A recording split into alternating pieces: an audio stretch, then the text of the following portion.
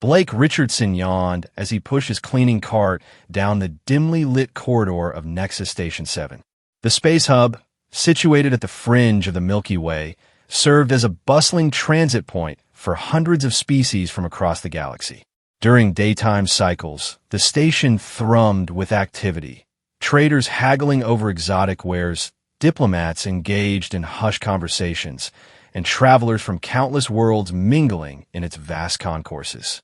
But at night, or what passed for night in the perpetual darkness of space, the station transformed. The commercial districts fell quiet, the education sectors emptied, and only the residential quarters maintained any semblance of life. For Blake, this was when his real work began. Another night, another adventure in interspecies waste management, he muttered to himself, checking his schedule on the holographic tablet. Cafeteria cleanup. Wonderful. Blake had been a janitor at Nexus Station 7 for nearly 3 Earth years. It wasn't his dream job, but it paid well enough to send credits back to his family on Earth's Chicago Dome. Besides, working the night shift meant fewer encounters with the station's more intimidating inhabitants, the kind with too many limbs or secretions that could melt through standard-issue boots. The cafeteria doors slid open with a soft hiss. Blake surveyed the aftermath of the day's dining. Tables scattered with remnants of meals from across the galaxy, some still pulsating with bioluminescence. The overhead lights automatically brightened to help him work. Let's see what culinary disasters await me tonight, Blake sighed, pulling on his heavy-duty gloves.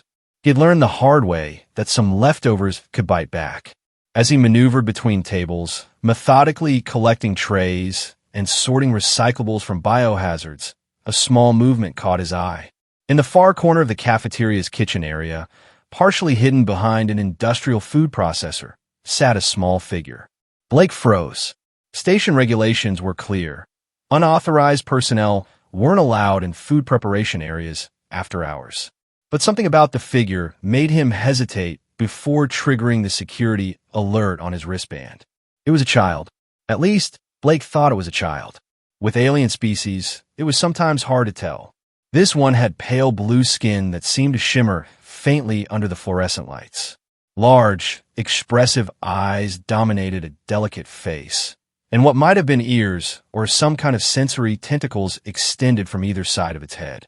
The creature wore simple, somewhat worn clothing that didn't match the often elaborate garments favored by most non-human visitors to the station.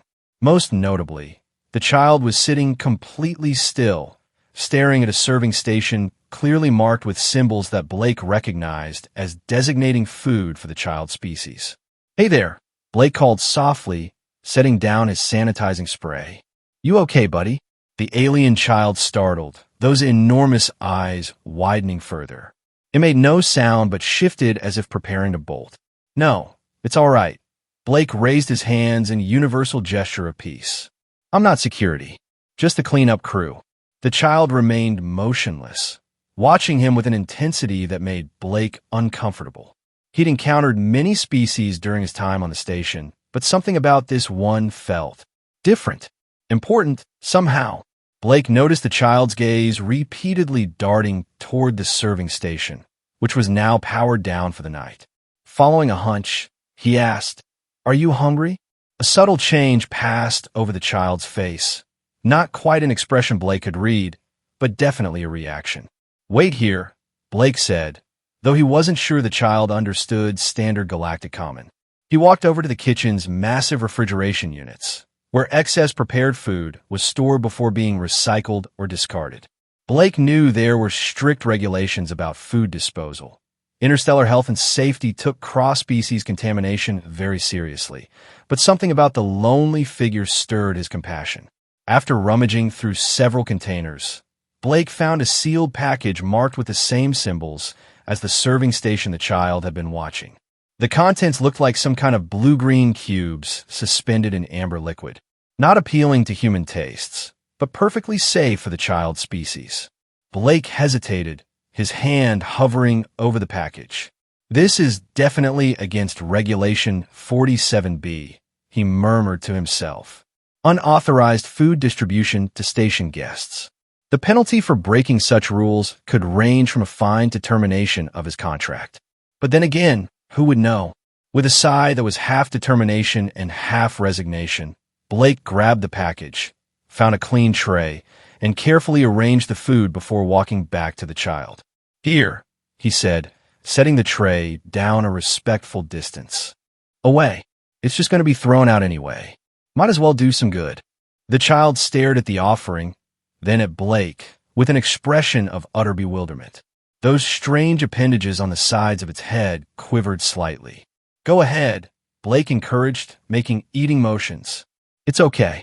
After a moment of hesitation that seemed to stretch forever, the child carefully reached for the food. It paused again, eyes locked on Blake, as if expecting him to snatch the meal away, then quickly pulled the tray closer and began to eat with surprising elegance despite its obvious hunger.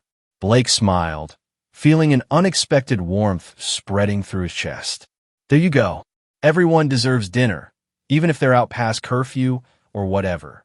He returned to his cleaning duties, giving the child space. By the time he'd finished the main cafeteria area, the meal was completely gone, and the child had neatly stacked the containers. "You're welcome," Blake said when he noticed the child watching him again. "Just maybe don't make a habit of sneaking into the kitchen, okay? Some security officers aren't as charming and understanding as I am." To his surprise, the child made a gesture, a slight bow with one hand pressed to its chest.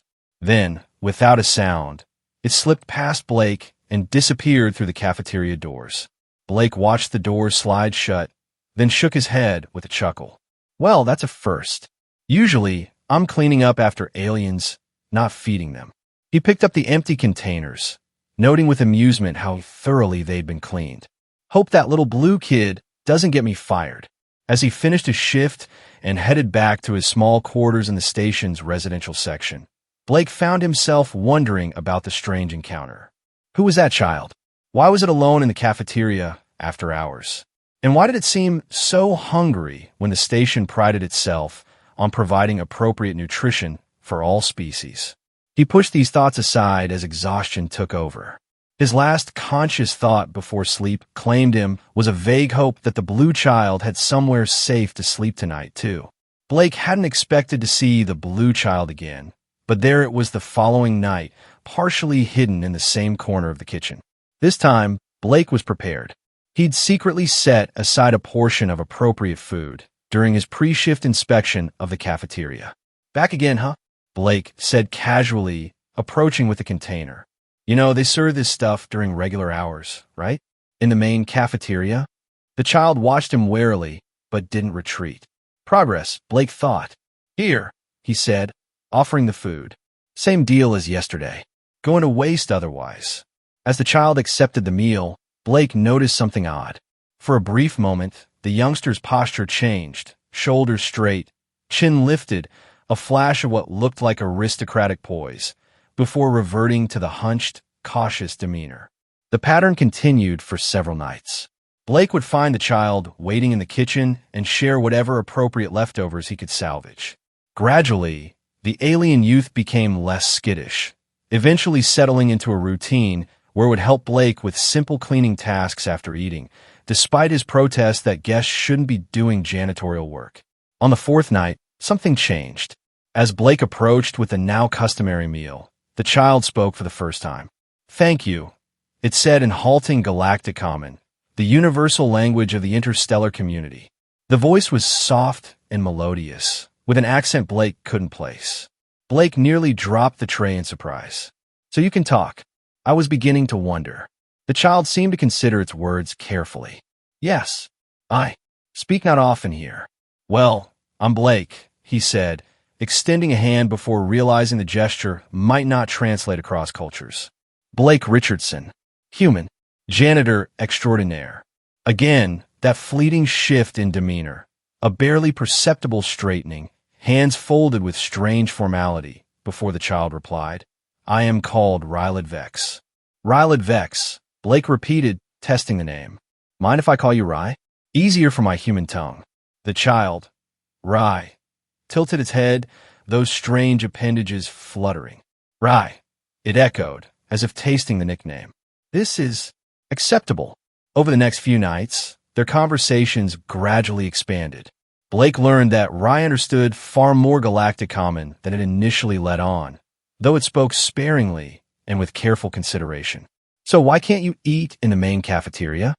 Blake finally asked on the sixth night as they sat together on upturned cleaning buckets, Rye delicately consuming something that resembled pulsating purple moss. There's a whole station dedicated to your species' food. Rye's eating motion slowed. The Royal Food Station requires identification. Royal. Blake's eyebrows shot up. Wait, those aren't just species markings. They're royal food designations? Rye looked away, suddenly intensely interested in the remaining bits of purple moss. I should not have said this.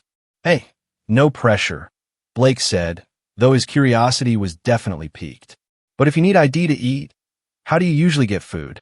I mean, before I started breaking cafeteria rules for you. A ghost of a smile touched Rye's lips. I have been resourceful. As they talked, Blake noticed how Rye tensed whenever security personnel passed nearby, ducking into shadows or falling silent mid-sentence. The child seemed particularly wary of the station's administrative staff, going so far as to hide in a supply closet when Dr. Alara Voss, the station's imposing head administrator, strode through the cafeteria during an unexpected late-night inspection. You're not in trouble, are you? Blake asked after Dr. Voss left, suddenly worried he might be harboring a fugitive.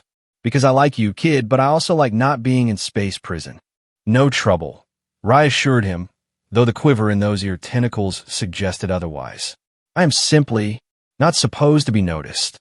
Later that night, as Blake was finishing his shift, he overheard a conversation between two maintenance technicians that made him stop in his tracks, saying there's actually royalty on board. One was saying excitedly, not just any royalty, Stellaris Empire royalty. Bullshit, the other replied. The Stellaris don't let their royals off their home planets, let alone onto mixed species transit stations. That's what makes it such a big deal. Apparently, one of their princes or princesses is here incognito, some kind of understanding the commoner's mission or educational tour or something. They're supposed to have a whole secret security detail watching them. Blake continued walking, his mind racing. Stellaris Empire. He'd heard of them, of course. Everyone had. They controlled nearly a quarter of the known galaxy, a vast civilization of blue-skinned beings known for their technological prowess and rigid social hierarchies. Blue-skinned. Like Rye. No way. Blake muttered to himself as he entered his quarters. No way am I feeding leftover royal cuisine to an actual alien prince. But the more he thought about it, the more pieces fell into place. Rye's occasional flashes of regal bearing, the specific food requirements, the fear of being noticed, the royal food station that required identification. Blake groaned and flopped onto his bed. I'm so getting fired for this. The next evening, the seventh since their first encounter, things began to unravel. Blake noticed immediately that something was different. The cafeteria surveillance cameras, usually static, were actively scanning the room. As he worked, he felt the weight of observation more heavily than usual. Twice, security officers passed through, ostensibly on routine patrols, but clearly searching for something or someone. When Rye slipped into the kitchen area that night, Blake quickly pulled the child aside. Listen, I think something's up, he whispered. Security's acting weird, and I swear these cameras are following me. Maybe we should skip tonight's dinner party. Rye's large eyes widened with alarm. They have discovered. The child stopped abruptly. Discovered what? Blake pressed. That you're snitching royal leftovers? Or something more? Like maybe the fact that you're... Richardson, a sharp voice barked. Blake whirled around to find Supervisor Draxler, his immediate boss, standing in the doorway with a scowl that suggested he just found garbage disposal sludge in his coffee. Sir, I was just fraternizing with unauthorized personnel in a restricted area after hours. Draxler finished, his cybernetic eye whirring as it focused on Rye. This is the third regulation you've broken this week. Richardson. Fourth, actually, Blake muttered before he could stop himself. Draxler's human eye narrowed dangerously. I've warned you about getting involved with this. Individual. He jerked his chin toward Rye. There are rumors. Dangerous rumors. The kind that get ordinary maintenance workers like you and me recycled into protein paste for the agricultural level. Blake instinctively stepped slightly in front of Rye. With all due respect, sir, I was just offering some food that was going to be discarded anyway. Station policy is to minimize waste. Don't quote policy to me, Richardson, Draxler snapped. That creature, he gestured dismissively at Rye, is not your concern. And if you had any sense of self-preservation, you'd stop making it your concern immediately. Before Blake could respond, a station-wide alert blared through the speakers, causing all three of them to jump. Attention all personnel and visitors. Nexus Station 7 is now under Security Protocol Alpha 9. All non-essential staff must return to quarters. All security personnel report to main docking bay immediately. This is not a drill. Draxler's face drained of color. Alpha 9? That's the highest diplomatic alert. What in the void? Sir, a security officer's voice crackled through Draxler's communication implant loudly enough for Blake to hear. A Stellaris Imperial fleet has just entered our sector. 6 warships, including the Emperor's personal dreadnought. They're demanding immediate docking privileges and... Sir, they're asking for someone by name. A station employee named Blake Richardson. Exactly 7 days after Blake first shared food with the quiet blue child, the main gate of Nexus Station 7 reverberated with the synchronized footsteps of the Stellaris Imperial Guard. Blake stood frozen at the waste disposal chute, trash bag in hand, as the procession of armored figures marched down the central corridor. Their armor, black as space itself, absorbed light rather than reflected it, creating an eerie void-like appearance that made the hairs on Blake's neck stand at attention. Each guard carried a staff that crackled with contained energy, weapons that could, according to station rumors, reduce a being to its component atoms in milliseconds. Station security personnel flattened themselves against walls, making way for the Imperial procession. Civilians scattered like startled birds, disappearing into shops and side corridors. Even Dr. Voss, the unflappable station administrator, appeared shaken as she hurried toward the commotion, her usual confident stride reduced to something verging on panic. What's happening? Blake whispered to a nearby maintenance worker who was unsuccessfully trying to become one with the wall. Stellaris Empire, the worker hissed back. They're saying someone on the station made unauthorized contact with a royal family member. God's help whoever it is. The Stellaris don't mess around with their royalty. The cold dread that had been building in Blake's stomach solidified into a ball of ice. He thought about running, where, he didn't know, but his legs refused to cooperate. Besides, where could he hide on a space station? The Imperial procession halted in the main atrium, the guards forming a perfect circle with military precision. From their center stepped a taller figure wearing more elaborate armor adorned with glowing crystalline patterns. I am Commander Thalaxis of the Imperial Stellaris Guard, the figure announced, voice amplified to reach every corner of the atrium. By decree of His Luminous Majesty, Emperor Zalarix the Undimmed, we seek the human called Blake Richardson, who is engaged in unsanctioned interactions with a member of the Imperial household. Dr. Voss stepped forward, her voice remarkably steady despite her obvious tension. Commander, I assure you there must be some misunderstanding. Nexus Station 7 maintains the strictest protocols regarding diplomatic. There is no misunderstanding. Commander Thalaxis cut her off. Our intelligence is precise. The human Blake Richardson has been in regular contact with a royal personage, tampering with their assigned sustenance and engaging in unauthorized communication. These are serious breaches of interstellar protocol. Blake felt the blood draining from his face. Tampering with assigned sustenance? He'd been giving Rye leftover food, for heaven's sake. How had that translated into some kind of interstellar incident? A murmur swept through the gathering crowd. Blake saw fingers pointing, heads turning, searching for the culprit. It was only a matter of time before someone recognized him. Taking a deep breath, Blake dropped his trash bag and stepped forward. I'm Blake Richardson. The crowd parted instantly, creating a clear path between Blake and the Imperial Guards. Commander Thalaxis turned those inscrutable armored features toward him, and Blake felt a scanning beam sweep over his body. Biometric confirmation positive, the commander stated. Blake Richardson, you are summoned to the presence of Emperor Zalarix immediately. You will accompany us to the Imperial flagship. Wait, what? Blake's voice cracked. Look, if this is about giving some leftovers to Rylad Vex, I didn't know who they were. I was just trying to be nice. Commander Thalaxis tilted his head slightly. You admit to interfering with the dietary regimen of a royal personage. I didn't interfere with anything. Blake protested, aware that every eye in the atrium was on him. I just saw a hungry kid and shared some food that was going to be thrown away. That's all. The Emperor will determine the gravity of your actions, the commander replied coldly. You will come with us now. 2 guards broke formation and advanced toward Blake. In that moment, all he could think was that his mother had always warned him his kindness would get him into trouble someday. He just never expected it would be interstellar diplomatic trouble. Stop!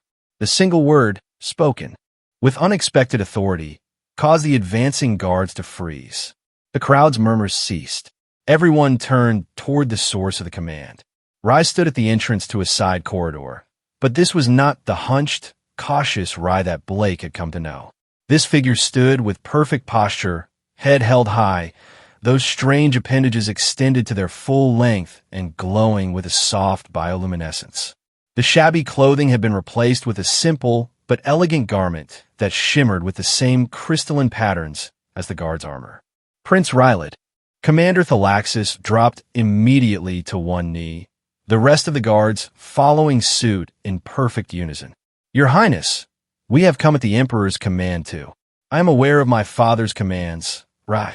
No, Prince Rylad interrupted, walking forward with measured steps. But they are based on incomplete information. A collective gasp rippled through the crowd. Even Blake, who had suspected Rye's royal connection, felt his jaw drop at the transformation. Prince Rylad approached Blake, those large eyes filled with concern and something that looked remarkably like guilt. Blake Richardson is not to be harmed or coerced, the prince declared. He is the only being on this station who showed me true kindness without knowledge of my identity. For 7 cycles, while I conducted my observational studies unrecognized, he alone ensured I did not go hungry. Your Highness, Commander Thalaxis began, voice strained between deference and duty, the Emperor has ordered. I am well aware of what my father has ordered, Prince Rylad replied firmly, and I will comply with his summons. But Blake Richardson will be treated as my honored guest, not as a prisoner. Blake stared at the young royal, struggling to reconcile this commanding figure with the shy, quiet child who had helped him sort recyclables just yesterday. Wait, you're prince? Of the Stellaris Empire? Like the actual heir to the throne. Prince Rylad turned to him, and for a moment, Blake glimpsed the vulnerable youth behind the royal facade. I am the only child of Emperor Zalarix, the prince confirmed.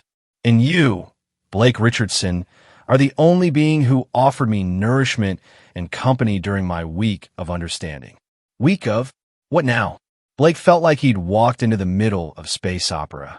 The Week of Understanding is a sacred tradition, Commander Thalaxis explained stiffly. The heir to the throne must spend 1 standard week living without recognition, privileges, or assistance to understand the lives of ordinary citizens. It is a test of character and a preparation for rulership. But due to an administrative error, Prince Rylad added with a hint of the dry humor Blake had occasionally glimpsed in Rye. My royal identifiers were completely deactivated rather than simply masked, preventing me from accessing even basic necessities, such as appropriate nutrition. So you really were hungry, Blake murmured. That wasn't part of the test.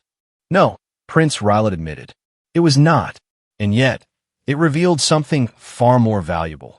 The discovery that kindness can exist without expectation of reward or recognition. Commander Thalaxis rose to his feet. Nevertheless, Your Highness, the Emperor insists on meeting this human. The Imperial Dreadnought awaits, and His Luminous Majesty is not known for his patience. Prince Rylad nodded gravely. Then we shall not keep him waiting. Turning to Blake, the prince extended a hand in what was clearly a learned human gesture. Will you accompany me, Blake Richardson? I promise to speak in your defense. Blake looked at the offered hand, then at the imposing guards, then at the stunned faces of his co-workers, including Supervisor Draxler, whose expression suggested he'd swallowed something both sour and radioactive. Do I actually have a choice? Blake asked weakly. Prince Rylad's lip quirked in the ghost of a smile. In matters involving my father, choices are limited, but I will stand beside you. With a resigned sigh that seemed to encapsulate his entire life philosophy, Blake took the prince's hand. Lead the way, Rye. Your Highness. Just promise they'll feed my cat back on Earth if I don't come back. You don't have a cat, Blake, Prince Rylad replied with unexpected gentleness. Yeah, well, I might get one someday, and I'm just thinking ahead. The journey to the Imperial Dreadnought was a blur of armed escorts, nervous station officials, and a surreal experience of walking shoulder to shoulder with alien royalty. Blake had never been on a military vessel before, let alone one belonging to the most powerful empire in the galaxy.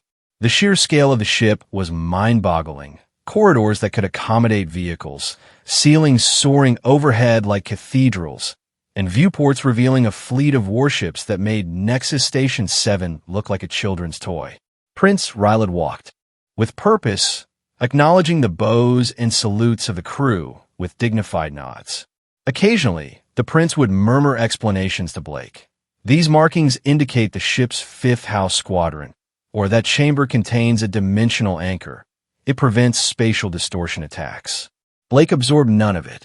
His mind was too busy cycling through increasingly creative ways his meeting with the Emperor might result in his painful demise. So, your dad. Blake finally managed as they approached what was clearly a throne room, if the increased security and elaborate doorway were any indication. Is he the understanding type? Open to explanations? Fond of humans who accidentally feed his offspring? Prince Rylad hesitated. My father is complex. The weight of ruling a quarter of the galaxy permits little room for sentiment. But he is just in his way. That's not super reassuring, Your Highness. I did not intend it to be, the prince replied honestly. But know this, you acted with honor and compassion when you had no reason to do so. In the Stellaris Empire, those qualities are respected, even if they are not always understood. Before Blake could formulate a response, the massive doors swung open, revealing a chamber that defied his understanding of physics and architecture. The ceiling appeared to be open to space itself, though Blake knew that couldn't be possible. Streams of light in impossible colors flowed like liquid around the perimeter, and in the center, upon a dais that seemed to hover above the floor, sat a throne that looked to be carved from a single crystal. And on that throne sat Emperor Zalarix the Undimmed. If Prince Rylad had seemed transformed from the shy child Blake knew, the Emperor was something else entirely. He appeared both young and ancient simultaneously, his blue skin so pale it was nearly translucent, with patterns of light moving beneath the surface. His eyes, larger even than his son's, contained swirling galaxies of color. The appendages that served as ears or sensory organs on Rylad were, on the Emperor, elaborate structures that extended far beyond his head, glowing with internal light and occasionally emitting soft pulses of energy. Approach, the Emperor commanded, his voice resonating not just in Blake's ears, but somehow inside his mind as well. Prince Rylad led Blake forward, stopping at a respectful distance from the throne. The prince bowed deeply. Blake, taking his cue, attempted to do the same. Father, Prince Rylad began, may I present Blake Richardson of Earth, who took it upon himself to interfere with the sacred week of understanding. The Emperor interrupted, those galaxy-filled eyes fixing on Blake with uncomfortable intensity. Who presumed to alter the regimen prescribed for the heir to the Stellaris throne? Who engaged in unsanctioned communication with Imperial royalty? Blake swallowed hard, searching for his voice. Your, luminousness. Luminous Majesty, Prince Rylad whispered. Right, sorry, your luminous Majesty, Blake corrected himself, wondering if he'd just shortened his lifespan. I didn't know Prince Rylad was royalty. I just saw someone who looked hungry and shared some food that was going to be thrown away anyway. Where I come from, that's just being decent. The Emperor's appendages flickered with pulses of light. And you expected what in return for this? Decency? Favor? Influence?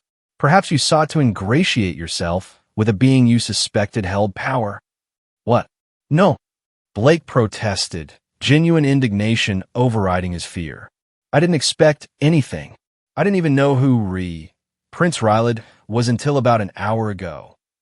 Father, Prince Rylad interjected, Blake speaks the truth. He offered aid with no knowledge of my identity and asked for nothing in return. Even when I assisted with his duties, he insisted I should not. The Emperor's gaze shifted to his son. You assisted this janitor with menial tasks? Prince Rylad stood straighter. I did, and I learned more from working alongside Blake Richardson than from all my formal education about what it means to care for the spaces we inhabit and the people who share them. A murmur ran through the assembled court officials. The Emperor's appendages flared with a burst of light that Blake interpreted as displeasure. You were to observe, Rylad, not participate. Certainly not to form attachments to service personnel. The Emperor's tone made it clear what he thought of Blake's profession. Something inside Blake snapped. Fear gave way to a sense of indignation that surprised even him. Excuse me, Your Majesty, but can I ask something? Why was Prince Rylad hungry in the first place? If this week of understanding was supposed to be educational, why wasn't there a system to ensure basic needs were met? Because where I come from, letting a kid go hungry isn't educational. It's neglect. The throne room fell deathly silent. Court. Officials froze in expressions of horror. Even Prince Rylad looked shocked at Blake's outburst. The Emperor rose from his throne, his full height impressive and intimidating. Light pulsed through his body in rapid, storm-like patterns. You dare question the methods of the Stellaris Empire? You, a maintenance worker from a primitive world that has barely mastered interplanetary travel. Blake knew he should shut up. He knew his next words might very well be his last.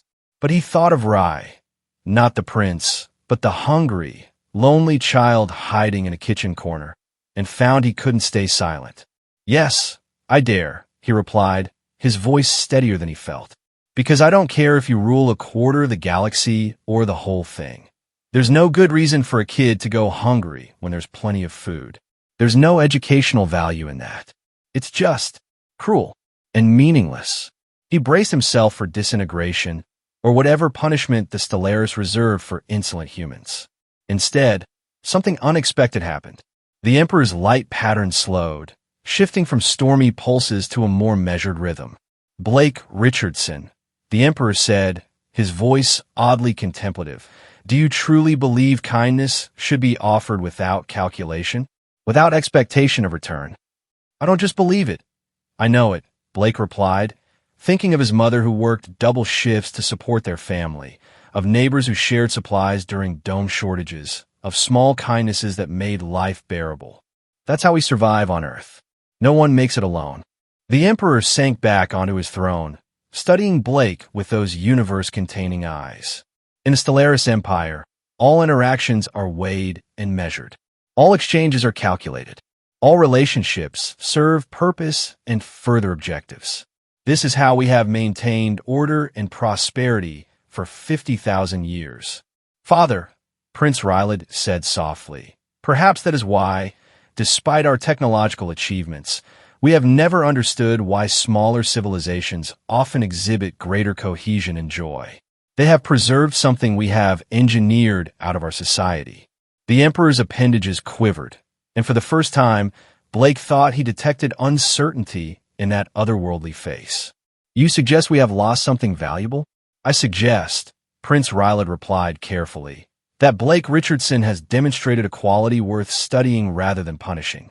A quality that might benefit our empire as we face the challenges of an ever-evolving galaxy. The Emperor was silent for a long moment, his gaze shifting between his son and Blake. Finally, he raised a hand, and a strange device materialized in the air before him. A crystalline sphere containing swirling light.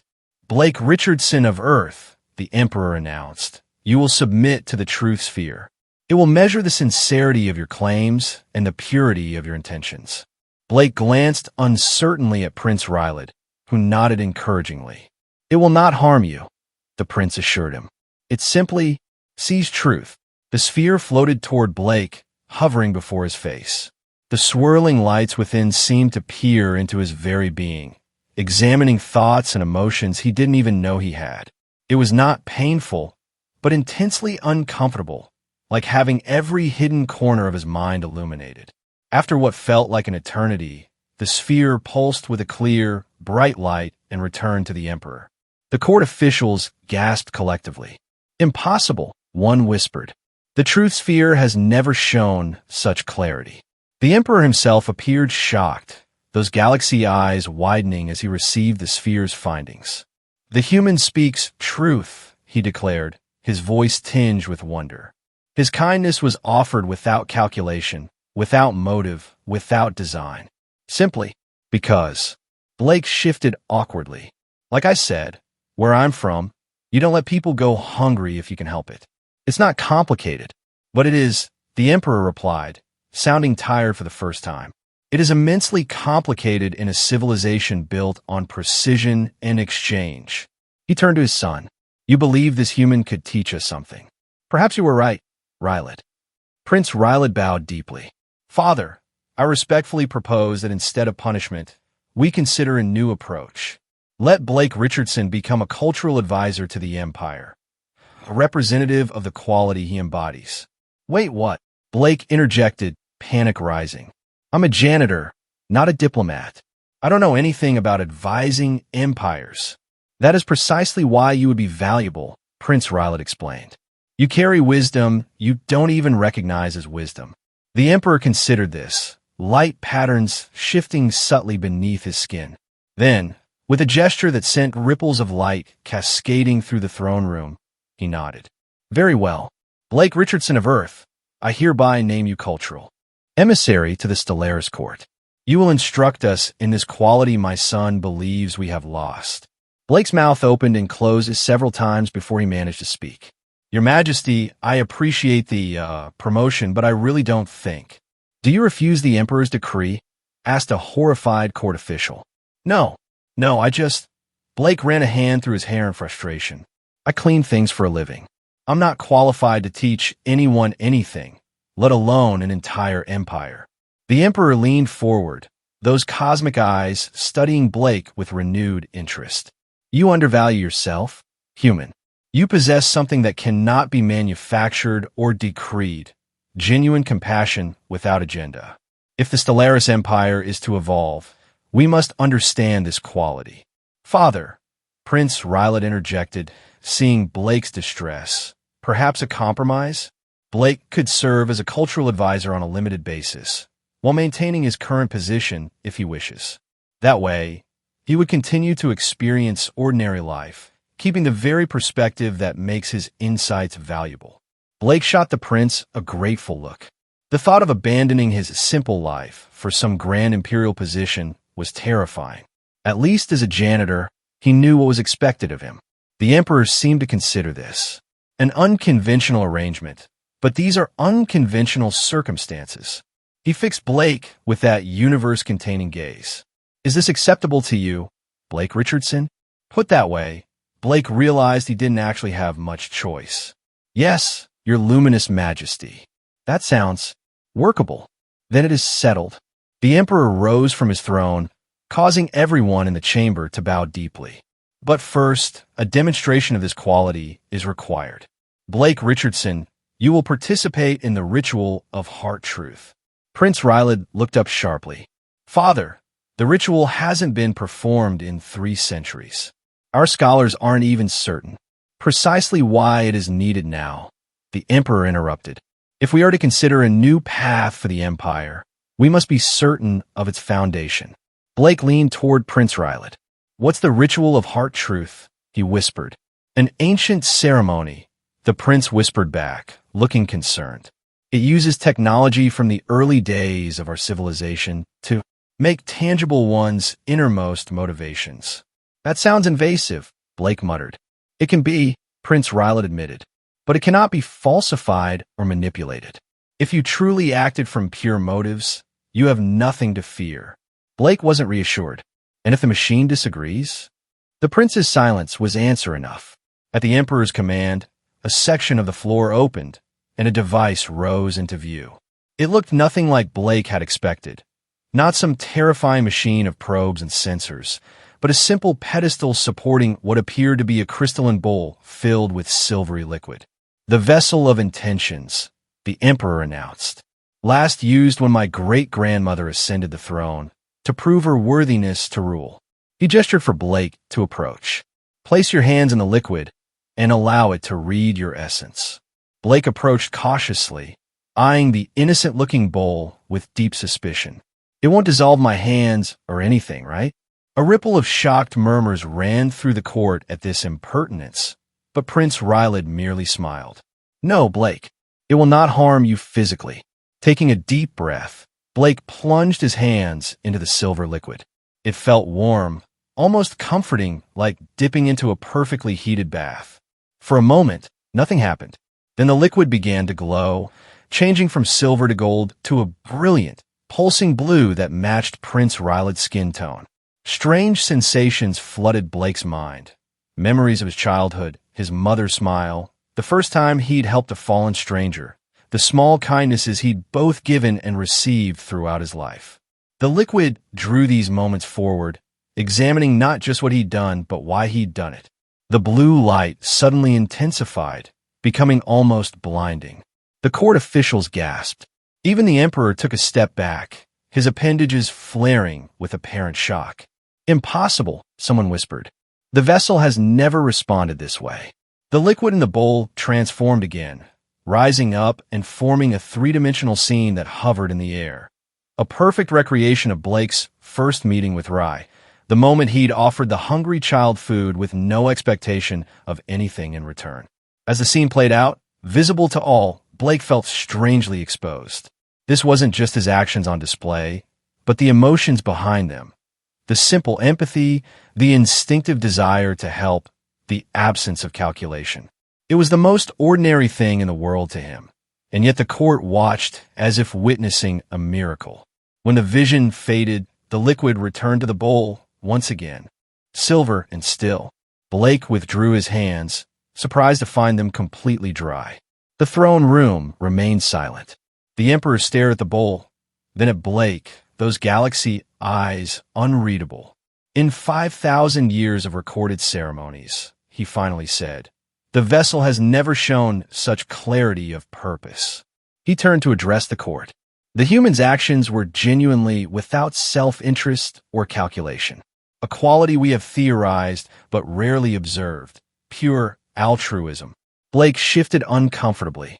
It really wasn't a big deal. Anyone would have done the same. No, the emperor said firmly. They would not. In the Stellaris Empire, no action is taken without purpose or gain. Even kindness is a transaction, status given, favor earned, obligation created. He gestured toward Blake. This human acted simply because it was right, with no thought of return. This is revolutionary. Prince Rylet stepped forward. Father, perhaps this is why smaller civilizations often achieve cooperation we cannot replicate despite our technological superiority. They retain this quality we have engineered away in our pursuit of perfect efficiency. The emperor was silent for a long moment, those strange appendages pulsing slowly with light. When he spoke again, his voice had changed, less commanding, more contemplative.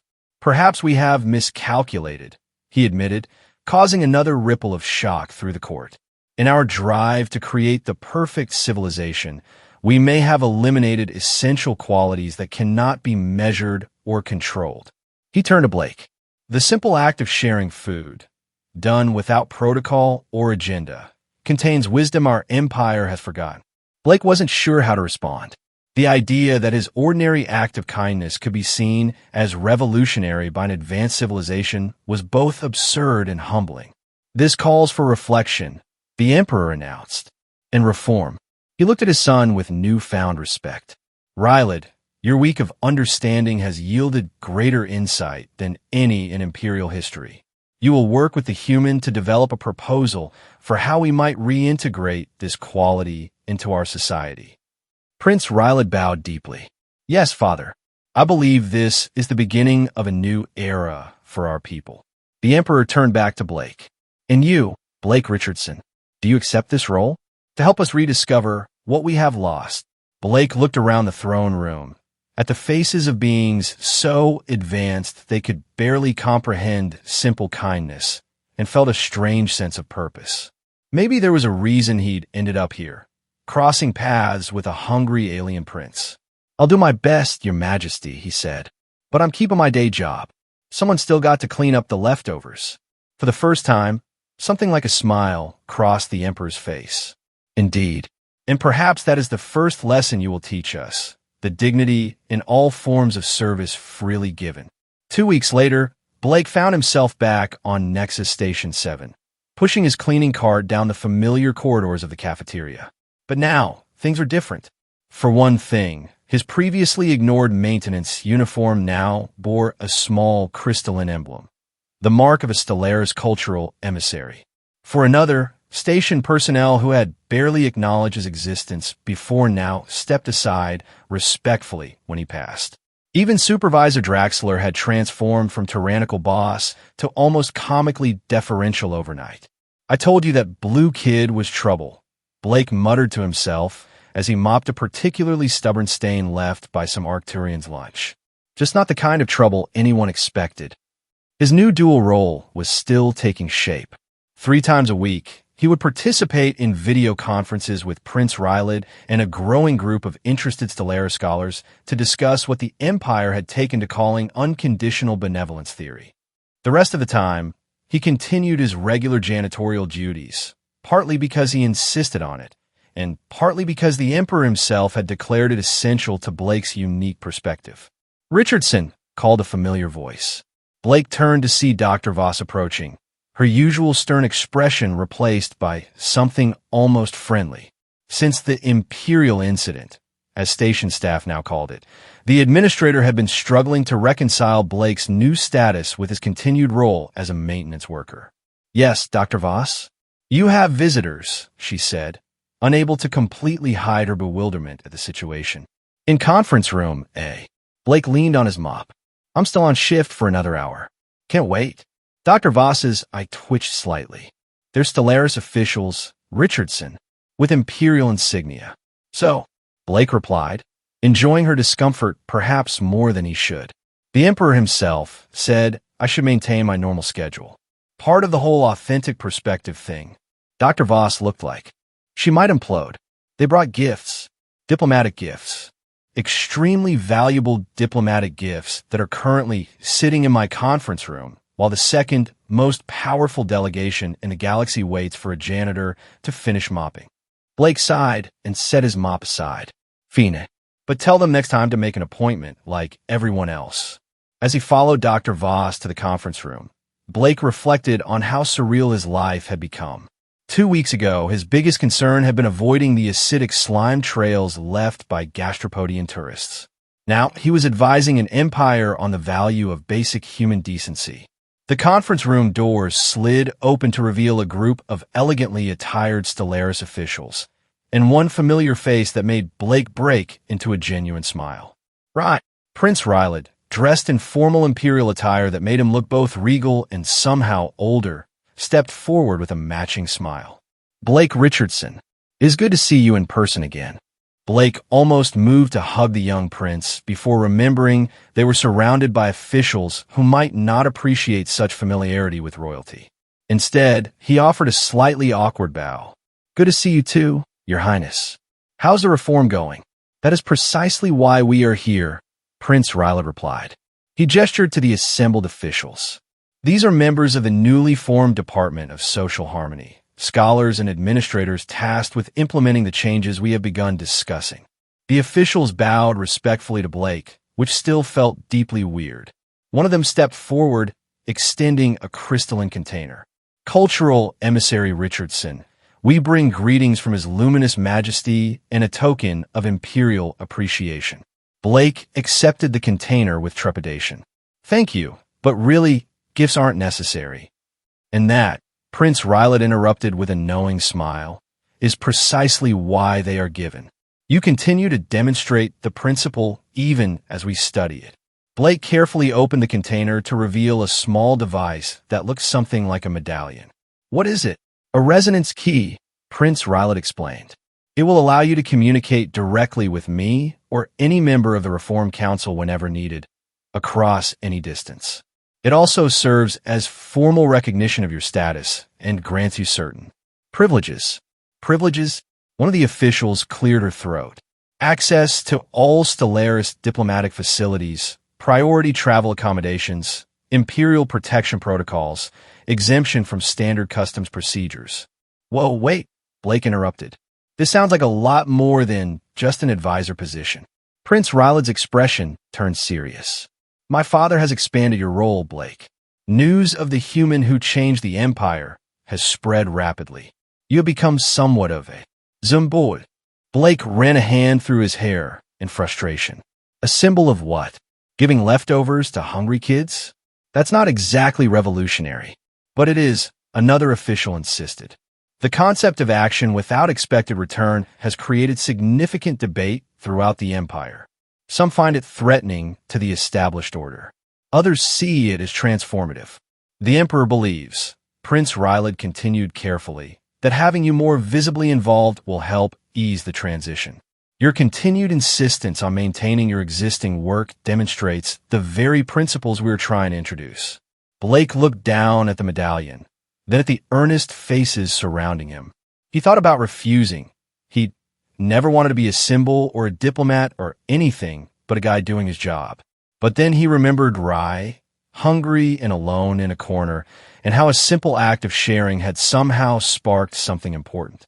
All right, he said finally, I'll help, but I'm still keeping my regular job, and I'm not wearing fancy robes or whatever you people consider formal attire. Prince Rylet's face lit up with a genuine smile. Thank you, Blake. And I would not worry about the robes. My father believes your maintenance uniform makes a more powerful statement. Great, Blake muttered.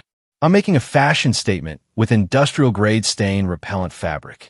The meeting continued with discussions of upcoming initiatives, community dining halls where Stellaris of different social ranks would eat together, educational reforms emphasizing cooperation over competition, and a controversial proposal to introduce spontaneous generosity into the Imperial Behavioral Code.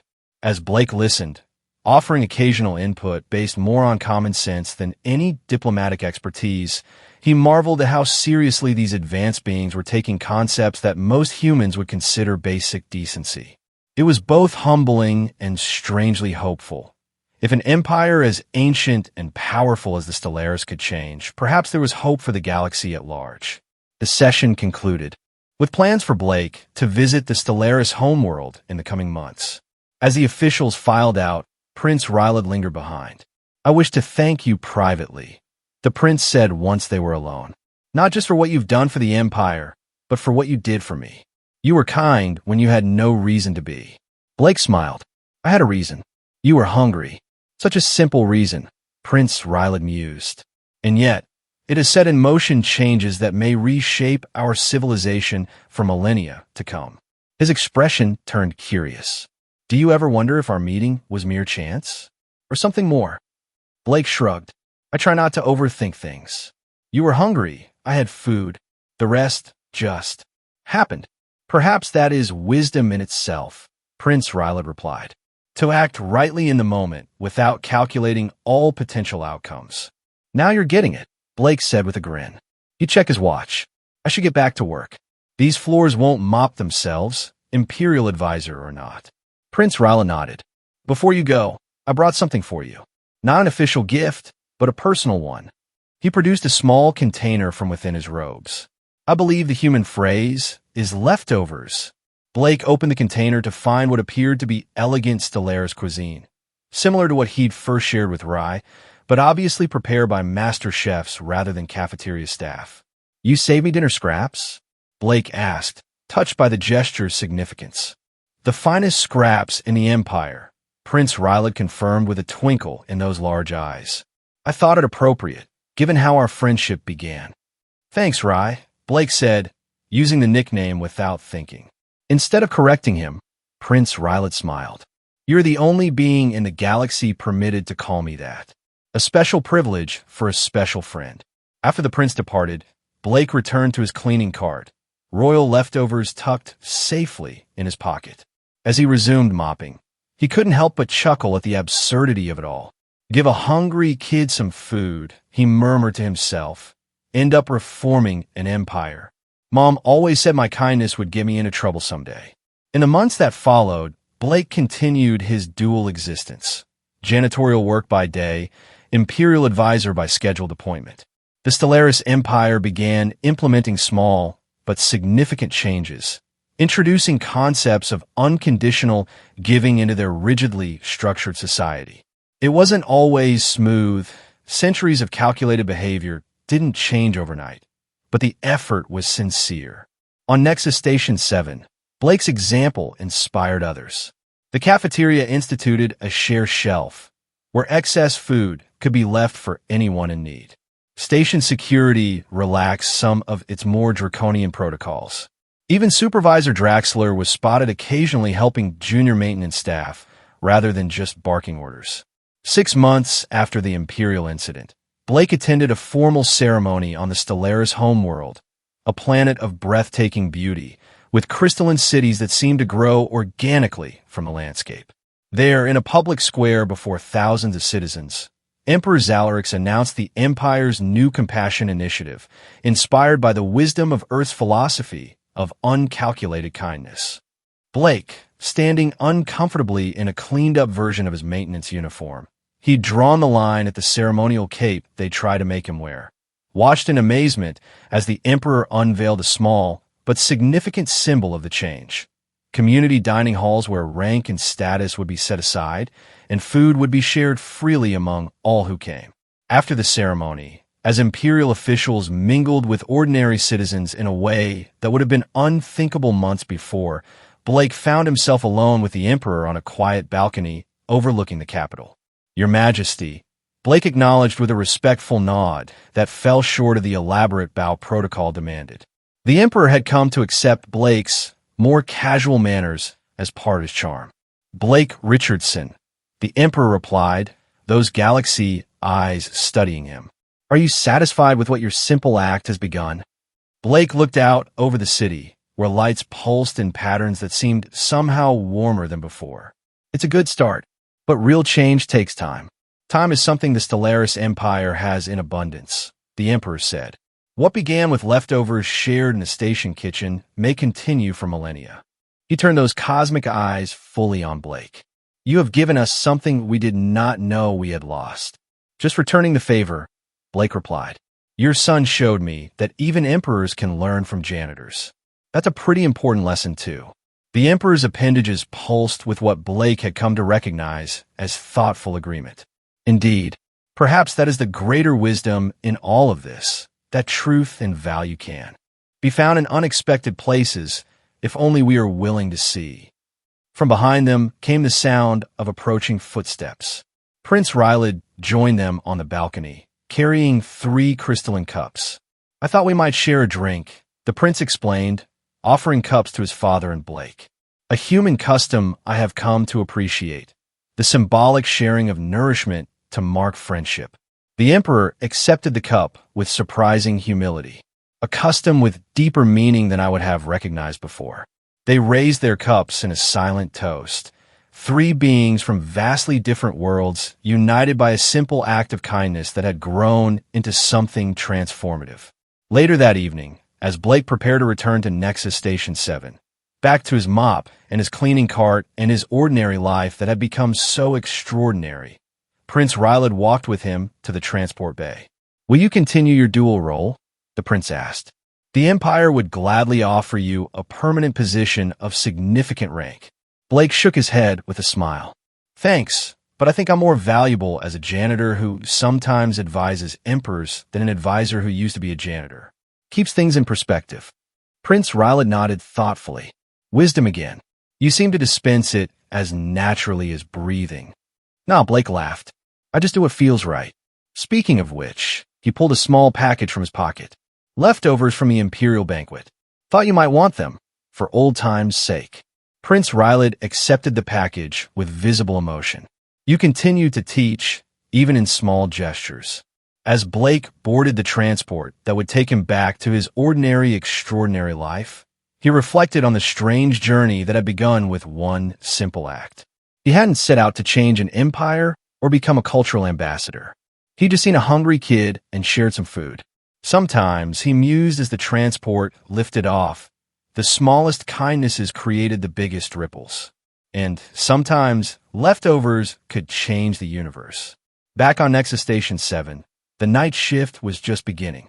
Blake Richardson, cultural emissary to the Stellaris Empire and senior maintenance technician, pushed his cleaning cart into the cafeteria and got to work.